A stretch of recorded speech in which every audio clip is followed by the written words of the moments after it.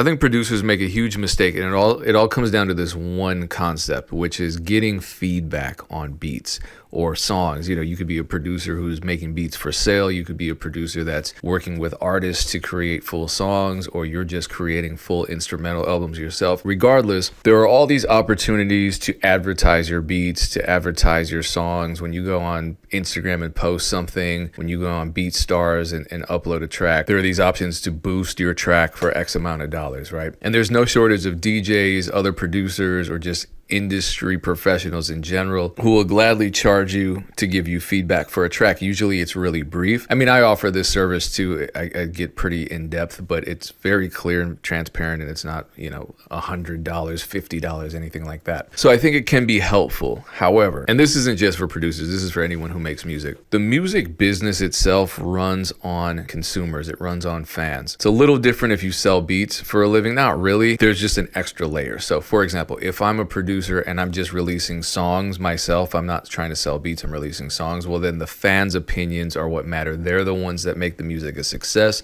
They're the ones that stream it. They're the ones that purchase the merch.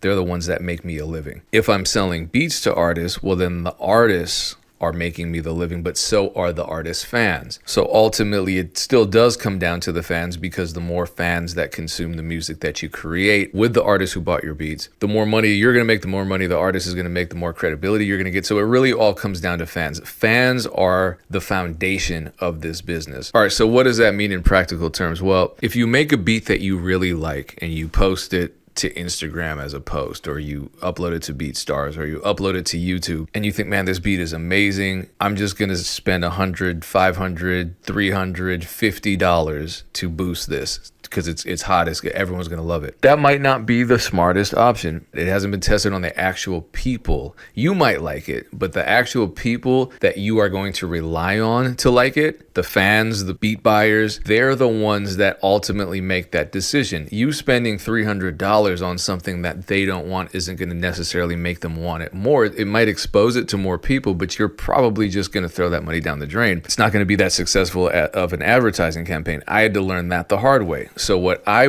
do now when it comes to, and this, I'll make this quick, when it comes to marketing beats, I look at the beats that I've released. I look back 6 months on all the beats, 6 months to a year, to see all the beats that I've released within that period of time. I look at how many sales it's gotten, how many plays it's gotten, what kind of feedback these beats have gotten. And I pick, if I'm doing a carousel ad on Instagram, which, could be 4 to 6 beats, all, different slides. I pick the top 6 from that year. This works with content too. I mean, if you post stuff that's doing well organically, like let's say you post 10 reels, because a lot of producers have trouble with content creation. You post 10 reels over the course of, 2 weeks. All the reels get, between 300 and 2,000 plays, except this one. This one is an outlier, got 8,000. Which one are you going to put the money behind? You don't boost all of them. You don't spend $50 boosting all of them. You wait until one of them takes off organically because the people like it, and then you scale that one up, you amplify that one. I think that's a really straightforward way of planning your marketing budget, spending your marketing budget too. And we talk about this more in depth with an artist that did, and this artist is huge, and that's his strategy. And it's interesting, and it might inspire you as a producer, as an artist, whatever kind of music you make, whatever your role is in the music business. I think this is an important message. I don't finish songs usually. Like I will post the chorus online. Why do you do that? What I like doing is making something that I am really happy with, and then seeing if people want it now or later. Being able to A/B test things, music, like when else could you do that? A/B test music Right. with people. So you make it in the process, you post stuff, and then all of a sudden you see people respond to it. Yeah. And what do you do next? If I like the response, I'll finish it and I'll drop it. But 12 to 12 was the one song that I didn't test. That was the song that I made, and I was so passionate about that song. I was like, I'm not even gonna leak this or test it. I'm gonna make sure this works. I wonder, when he started doing that. Did he do that from the jump, or when he started having a little bit of traction? At what point does he not? Did he just switch from making whole songs to just creating a piece of a song, testing it, and then? The song that he's referencing, I do know, is currently it's like his biggest song. So he makes reference to that. Like, I didn't test that one. So my assumption is that he was doing this, has been doing it for a while, but I don't know, like you said, on to scale, because he could have had still several million monthly listeners, and then this song just took him to another world. But I didn't look into him much. I just know that song because it's big on socials. He's got songs bigger than that. He's got a song with over 1 billion streams. Oh, that must have been the one that took him off then. That's like, I feel like that's the one that if you would know him for. He's got at least, what was that? 1, 2, 3, 4, 5, 6, 7. 7 songs that I'm seeing that are over, like well over 100 million streams. And you want to know what's crazy? I got introduced to bro via this video. Yeah. I mean, that's just the way it is. I mean, there are artists this big, maybe some even bigger, that are just, For sure. in their own world. Especially when you start getting into like specific niches. Like, I listen to a ton of Nigerian music. And so like they will literally, like they could have several million monthly listeners, and like again, same thing, and I'm just talking about on Spotify, not Boomplay. And Boomplay is where they're gonna be way bigger regardless. So then it's like I could be talking with a specific group of people and they're like, oh my God, this person is a god. And then I could just mention the name and somebody's like, who? And I could not imagine, because I'm like, yo, they just played 10 sold out arenas and people are like, who? So I think that's like, what, we're like 8.9 billion people, 8.7 billion people. So it's not a surprise, but it still is a surprise to me, like how many massive people there are in the world. No, it's so hilarious how fans just have this idea that if they have never heard of an artist, that person's a nobody. It's so stupid. It's like someone in I don't know, the but pick any industry, a lawyer. I've never heard of that lawyer. Okay, well, he's in Germany. Well, I've never heard of him. He must not be shit. It happens to us all the time. People disagree with an opinion and be like, well, who are you? And it's like, literally, it doesn't matter. It doesn't matter. Like, either go research it for yourself. But when people ask me that, I'm at the point now in my life that I'm just like, just Google me. Also, or they'll comment on one of my pages, like, who is this chick? I'm like, just go look. Like, who runs the page? You know what I'm saying? Yeah. I mean, sometimes I like when people like misjudge. I just like to keep everything cool. It's changed my approach now, since I've seen it for so many years, that like people can have like solid businesses or be huge and not be known like that. Yes. I understand. That's why I try to treat everybody the same. I try to, just be cool with everybody, because you never know who people are, what they do. So, I feel like people should relax their ego in rooms, and 'cause you don't know who's in the room. I feel like Maverick Carter is a perfect example of that.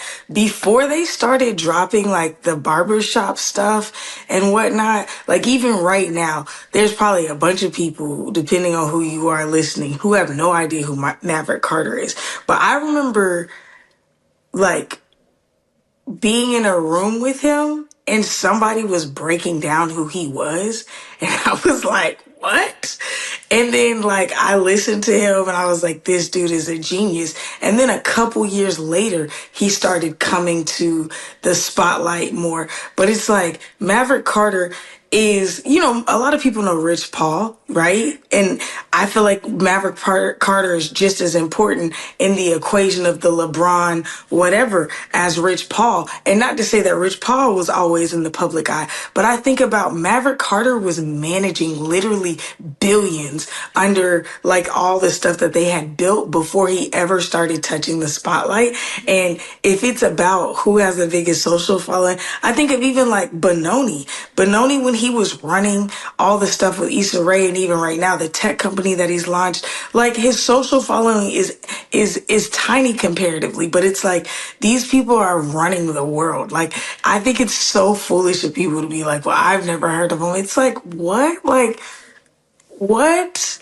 Do you know what I'm saying? Like, you would not have heard of Warren Buffett, like, in this digital age. Yeah, you would, like, you know what I'm saying? If somebody would have been like, Warren Buffett, and somebody's like, well, who is that? It's like, I don't know. I think people are such clout fiends now that they miss out on the fact that so many people have merit and intelligence and things that they could grasp if they're not so worried about, like, pulling somebody's card. Yeah. So do you guys think this is a good strategy? Would you suggest, I have my own opinion and I'll share it, but like, would you suggest? Yeah, hell yeah. If you're a fan, if you have fans, yeah. Because people pay. So I was just thinking about this the other day. I'm thinking about people who pay for music reviews from industry insiders and all that. And I feel like there are a lot of people milking this that shouldn't be. Because on the one hand, you have consumers, right? And the consumers are the people who ultimately decide whether or not your music is successful. And in business, you have brands that will test products in focus groups, and they'll pay people a little money to come in and try something. They don't go to other colleagues and pay them. They might pay a consultant who has a track record of winning. And then they use that two-pronged strategy where it's like we pay the business consultant who knows about the business side. We pay the focus group who are the consumers that ultimately buy the product and make it a success. In music, we love ignoring the consumers and going straight to the DJs, and the DJ will gladly charge $100, $150, $200, $500 to review your music live. Who gives a fuck? Test it with the fans. The issue is a lot of these artists don't have fans, and they think that getting a praise from someone wearing a suit or someone with a verified check mark by their name on social media is how they're going to get on, when the opposite is true. It's not trickle down, it's trickle up in 99% of all cases. So if you already have fans, then yes, I think it's great to run music by them, not just because it gives you an idea of what's going to work for you, but it also makes your fans feel a part of the journey, and they're more invested and more likely to evangelize on your behalf when the music actually drops. I'll leave it at that. You know, everything Payne just said, but it also, the promotion of the song starts now, right? It's kind of like with Tyler Perry, the promotion of a new film starts with the announcement of a casting call. And then now you're aware that this is happening. And that's how we look at it with the stuff I do with Big Job. I've been telling creators in his space for the longest, you know, a lot of folks wait until they have the money or the proper timing to do like a longer form feature film or a longer form digital series. I tell people to start introducing that world today through short clips, through 90 seconds, stuff that you can do with your phone. You can introduce characters, you know, just with your phone. You can introduce the world just to see if people are interested in the story that's about to be told. This is a perfect opportunity for you to plug your philosophy, which is if you don't have the community of listeners there that feel connected enough to tune into your lives where you're previewing music, and make that shit fun too. Make the content fun, but build the community, because without them, what, you're dropping music to nobody.